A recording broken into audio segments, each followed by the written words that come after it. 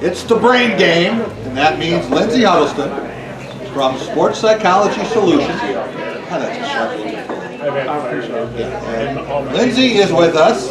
All right, you can start with the educational process.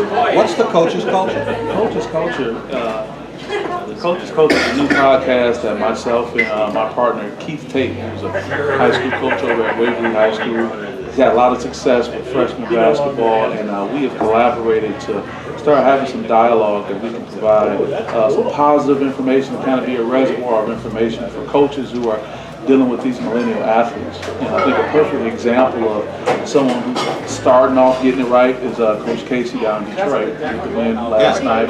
But also, if you listen to the interviews and the dialogue he's having, he's telling his players, hey, relax, get out there and have a good time. And it's definitely a contrast to the previous coach, Coach Van Gundy, but you get the players saying, you know, he's not getting on us. It kind of makes them want to play for him a little bit more. And I think you're seeing the contrast between fire and brimstone that we always talk about. So he was old style, stay back on. Yeah, and even me pairing with Keith over at Waverly, I was kind of old school based on how I was coached and how I responded to my players during my coaching days down before Detroit. But now you have players who were shut down if the way you're responding to them is in a way that players react differently than they used to. But you know what? I want to stop just for a second. As long as those players are still accountable to discipline. Sure. Right? You know what I mean? They can't misbehave. They got to show up on time. Right?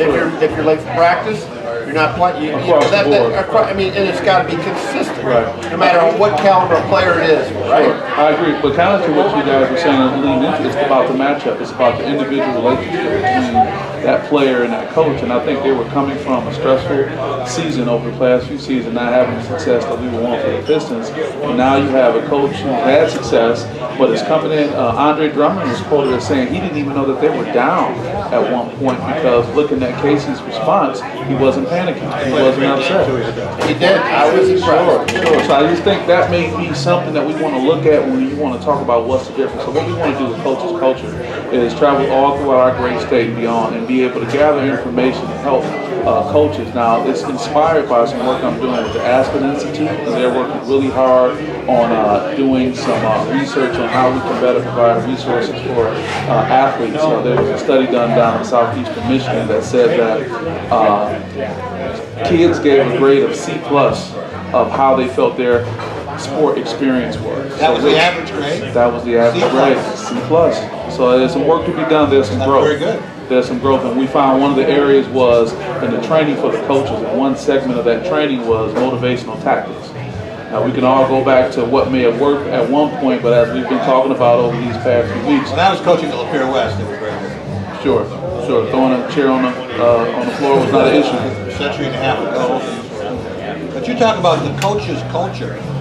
Lindsay, my question is, are there multiple cultures that can be successful? They say one size doesn't fit all. Absolutely. People can't be what they're not. Sure. I think maybe one of the things that is common to all successful coaches is that there's a sincerity there. Sure. There's a connection Correct. there with the players. And whether they're driving coaches, whether they ride you a little bit, whether they're maybe more laid back. Sure. See, different styles work. Sure. Well, you're making an excellent point. One, you want to be able to have the ability to address all. You want to have that skill set. And two, you want to be able to spend enough time with the players to know what they need. One thing I often say is that this generation, their currency is praise, but you have to adjust for inflation. So you have to be able to spend that time to know what works for a player. And in many cases, if you have a player who was shut down based on your demonstrative way of coaching, what do you have in place of that? And I think the challenge comes many times is people don't have another way to go, and they feel that they're going against their whole value system if they're not coaching the way they were coached. But if you have and I've talked to a former football player who had a position coach. Everything was great. I mean, you could run your routes a little bit ragged. Well, it's a nice job. And there's no credibility, as opposed to having a guy who is really meticulous on attention to detail. And then when you did it, and you got yelled at, but when you did do it right, wow. Sure. And see, coach, nice work. You know, that it meant more. I agree. I'll give another Coach Casey quote that I picked up on. I had a chance to have a brief interaction with them when they were here playing at the Brazil against Cleveland. He told a player who made a bad player, did something wrong. He said, "I love you, but you can't do that."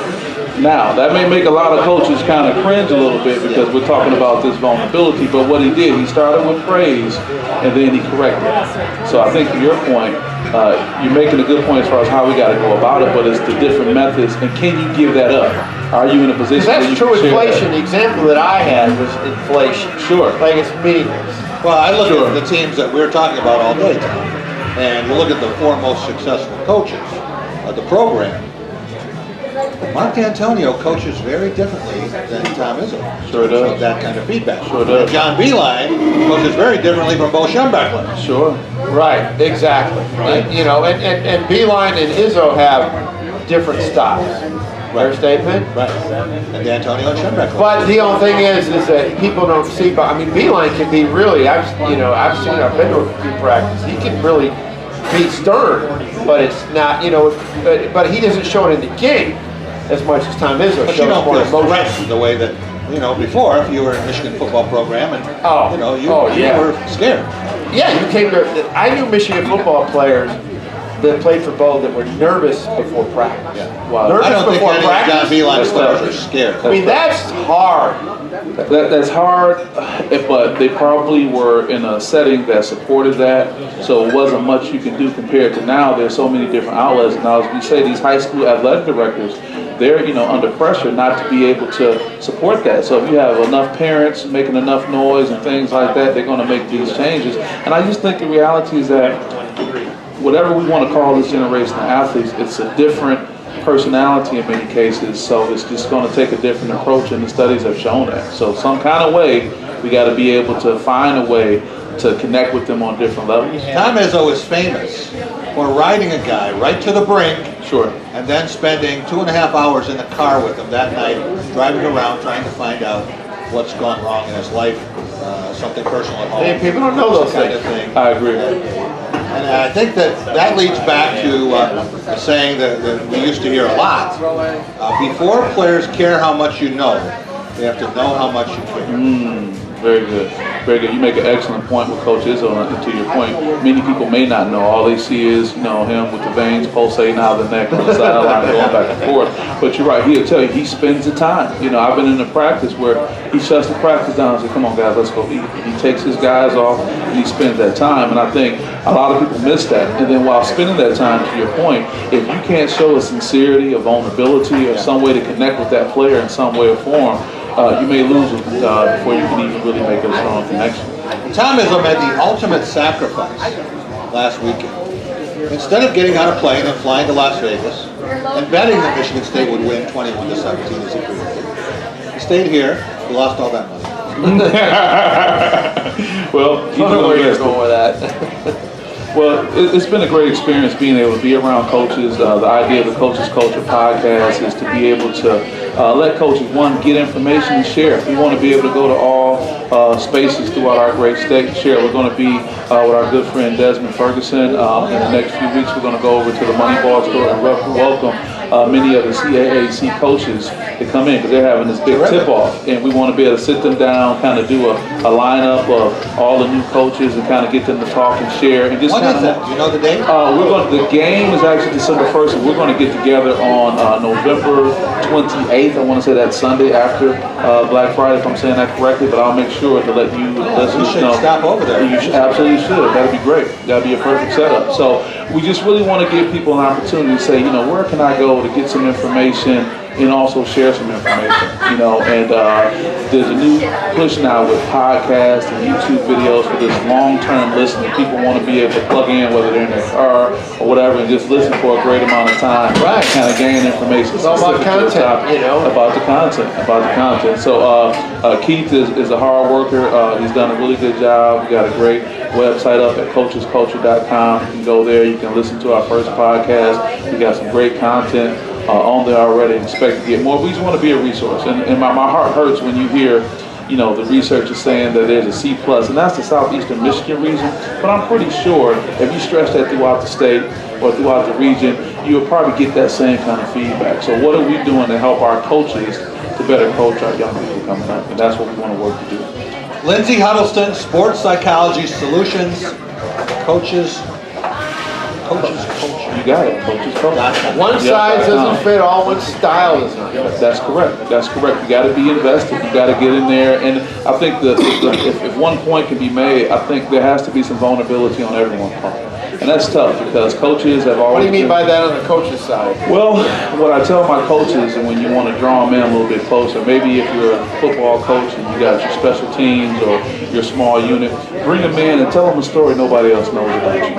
It doesn't have to be something that's going to come back to hurt you in the future, but give them something to make them say to themselves. Relatability, maybe? Of course. And, and they can look at you as this strong figure, but you share something, whether it was a childhood, situation or some scenario that draws them in. Because if you don't, if you're always kind of dictatorial and always just telling this is how it has to go, you miss that personal connection. That's great. What a great idea. Humanizing the coach, too. It's tough. It's tough because you have to pick and choose. And when you make yourself vulnerable, we all become a little bit more concerned. But I think for those coaches just saying, I just can't connect to my kids, well, what have you given up? It's cool to be in a position of authority. Someone told me another great thing, too.